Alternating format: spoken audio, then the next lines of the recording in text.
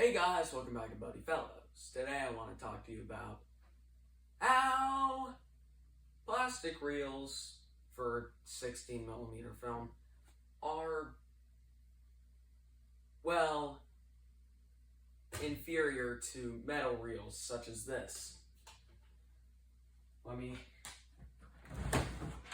get a small plastic reel. This is all I have to show as an example. But this is kind of crappy. I mean, it has the metal insert just right here, that square. It's all hooked in, isn't it? There's one problem. When these start to, when they start to degrade, the film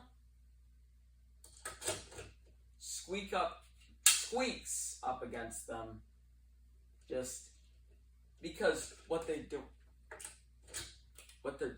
is they sort of tighten up right there. So the film is the same size, but the plastic reel is degrading. Yeah, it's degrading. Your film might not be degrading at that much of a rapid pace, but it is, because every time you put a film through a projector, it just maybe gets a line on it for a few frames on your projector. So yes, it does minorly degrade your film, I guess, like a little scratch. But it tightens. In heat, it tightens. So when you have it on here, the reel's playing, you're having a good time, so you think. And then it just makes this irritating sound like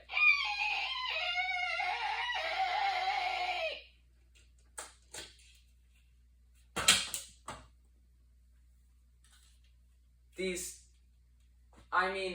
they're a big problem, definitely, with the whole Super 8 and 8mm, but the thing is, with 8mm, you can get metal reels because, well, a little bit before Super 8 came out, they were mostly on metal reels. And then when Super 8 came along, things started getting cheaper. Super 8 cameras were made out of plastic. 8mm cameras slowly started being made out of plastic as well. But the reels also changed. You could get standard, regular 8mm, whatever you call it, on a metal reel because it existed for about 20 years before Super 8 came along. But the Super 8 ones are harder to find. But I'm not talking about, like, expenses wise. Because this is why I'm making this whole video. It's because you don't... It is incorrect to... I got a print of Monkey Business with the Marx Brothers. It came on these really degraded plastic reels. The print was really good, but that little sound, and then it gets caught up here in the plastic reel, and then it just, and then goes through the projector. It doesn't degrade the film, it's just annoying to listen to. That film is about, each reel is maybe 45 minutes. How much movie you're watching per reel. And then you just hear that sound and it's going for the entire time. Why would you? It's beyond me, honestly.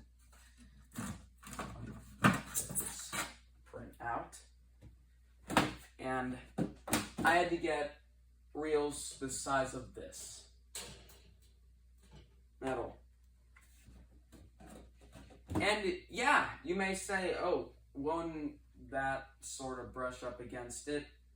Sort of, but the thing is, it's not plastic and it doesn't like stick on to it, because these are, yeah, maybe they're metal and maybe a few minutes out of the film they could squeak.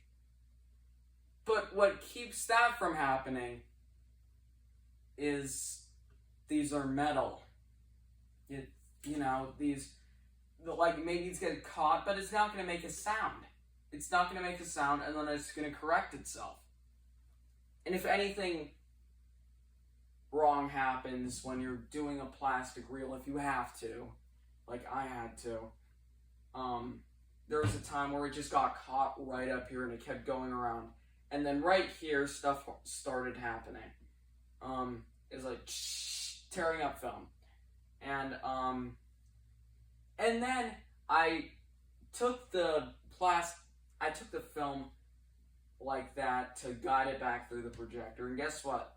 This projector came to the rescue, because it played through an extremely damaged part of the film caused by that plastic reel for a few seconds. Let me get this print out. But as you can see, my Monkey Business film is looking a lot better. And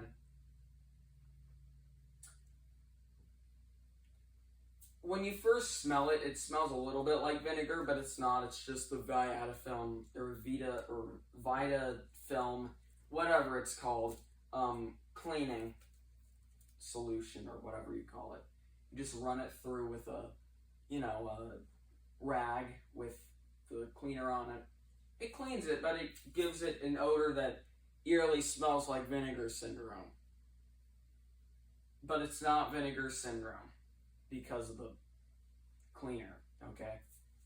But these are looking amazing.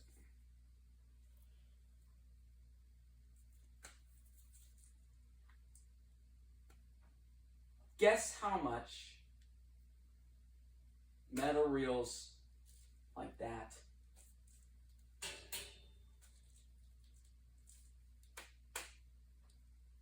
costed to replace those awful sounding plastic reels. It costed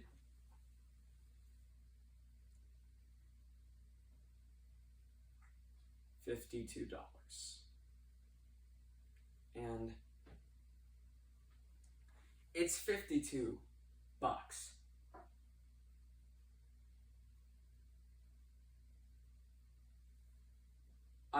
I appreciate the eBay seller that sold me this, because basically I asked for it.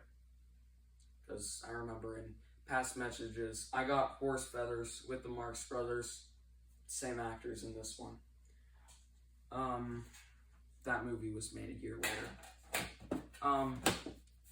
From him, and I asked for, well, he said that he had Monkey Business film. I like to wait on stuff way too much.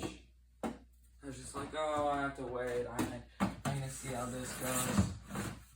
I thought it was a completely missed opportunity, like a year later, a few weeks ago. And then I was like, oh yeah. He said that he would sell it to us if we were interested. He seemed like a cool guy, and we got the film from him for $150. $150. This had the plastic reels on it, and it's hard to believe that replacing the plastic reels costed 1/3 of the film with the plastic reels. Replacing the plastic reels with metal ones costed 1/3. 1/3 of this whole whatever it is. I feel like I'm in way too deep with my whole film collection. I just won't stop talking about it. I don't want to make videos like this, but I feel like, I have to tell some people, the little bits of people that watch my videos that own a projector. Maybe 1% of my viewers do, 2%, 3%, 4%, 5%, 6 or 7% of my viewers own a projector, maybe not as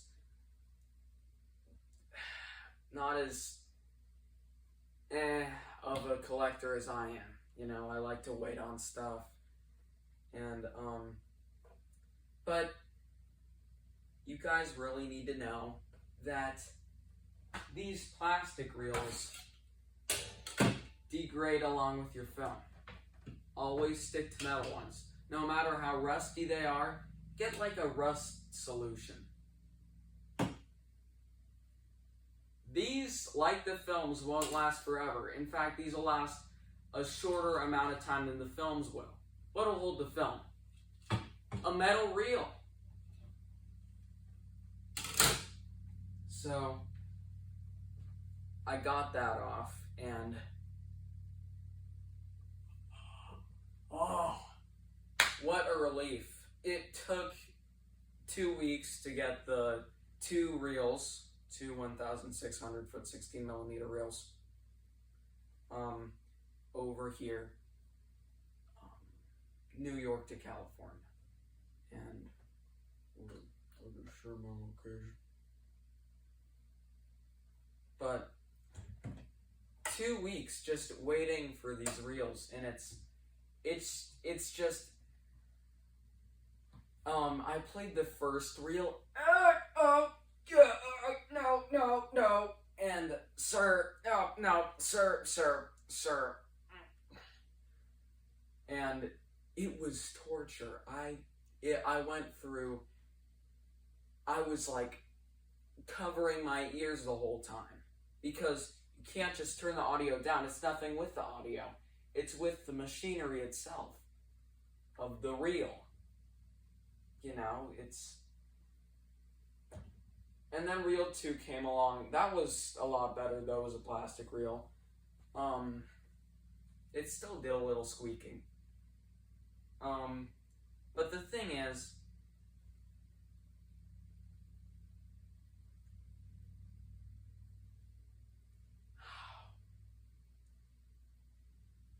don't.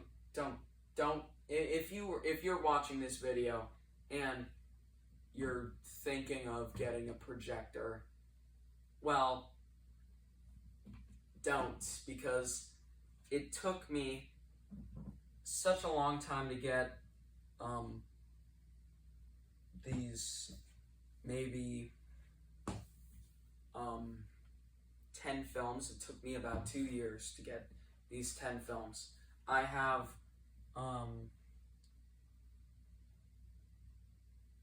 4 feature films and maybe like 5 or 6 cartoons.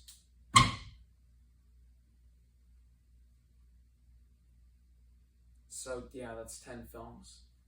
And it's a really interesting hobby, but it takes, for me, if I had a decision to take up filmmaking or not, if I could go back in time, I would say no, because it has costed me so much money. A projector broke down. We got 2 new projectors. One of them broke in shipping. Go figure. But we finally got one that works. But all the films that we have on the old projector were tearing up the films. So it's all the mishaps have definitely slowed down. Thanks to this wonderful projector.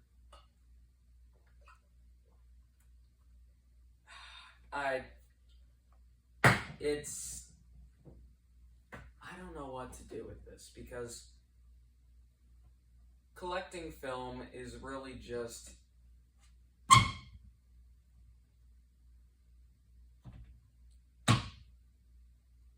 it's difficult, because you play a film, but when you're playing it, you realize that this film is probably not going to go through this 10, 15, 20 years from now. No matter what condition you keep it in, no matter how good of condition you keep it in, no matter how good the elements, cool room, maybe like storage shelves, no heat, you know, pretty dry, no moisture.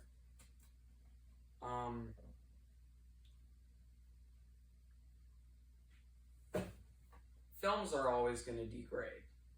Reels will always degrade. Everything will always degrade. This is the embodiment of nothing lasts forever, because this might not even last for like 10 years. The films, again, will probably last longer than this projector, because, you know, if you want to keep this alive, you'll have to unscrew all of it, get a new worm gear system in, then it'll start playing correctly. Then it'll do what it used to do.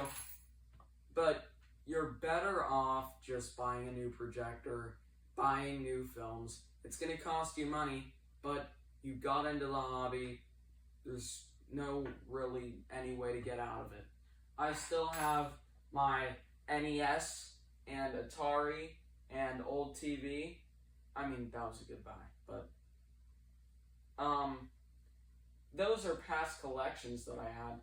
I never got to show it on this channel, this one that I started 2 years ago. But I feel like, you know, this projector is my channel. This projector and my stupidity is my channel. My channel that will probably not give me the YouTube AI age verification, 1984 type crap, spyware. It won't give me my license or whatever.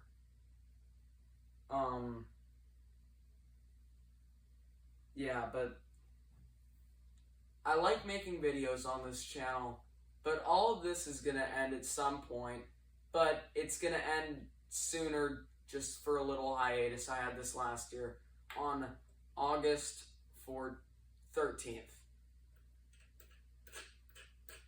My last video of the summer will be posted August 13th or 14th. And guess what? That's the same day as they're doing all the AI 1984-esque type crap. It's crazy on it. It's crazy. But after that, I'll maybe do about 5 videos between maybe like September and November. And then December, it's an all upload month. And then we're back to maybe 5 videos between January and March. And then April, May, June, July, and August, that's an all every other day upload. So this is my projector, as you all know. Don't get those crappy plastic reels that'll degrade. Oh, dang, that noise. And only you can prevent AI YouTube age verification, where it spies on every single video you watch and tell you which videos you can't watch, even if they're not marked as, I don't know, age restricted. Yeah, this whole thing, it's not gonna allow you to watch videos that aren't even age restricted. Oh, this video might have like I don't know, like a joke in it. No, you can't watch that. It's picking and choosing what you can and can't watch. I don't stand for it. A lot of other people don't stand for it, but you gotta do something about it. Because we can't let AI take over YouTube. And it already has. What are you gonna do about it? That's the question. It's just gonna get worse from here if no group, like, tries to prevent this. Because I'm not liking this, and probably every other person who uses YouTube is not going to like this. You could be a 30-year-old man, and it could mark your account as a teen because of the videos you watch.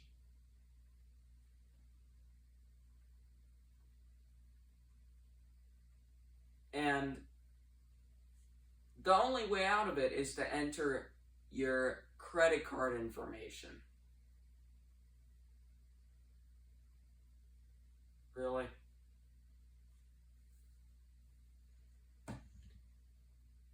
I have never heard of something so stupid in my life. Like, you're gonna enter your personal credit card information into YouTube just to watch the videos that you want to watch.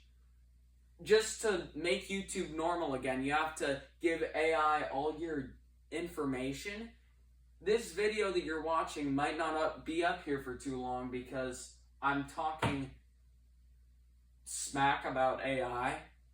But, like, the thing is, that's why you buy film. That's why you buy VHS. That's why you buy DVDs. Because nothing can censor it.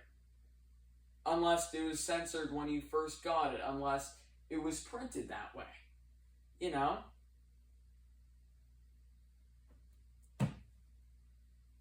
That's why you buy physical DVDs, Blu-rays, VHSs, films,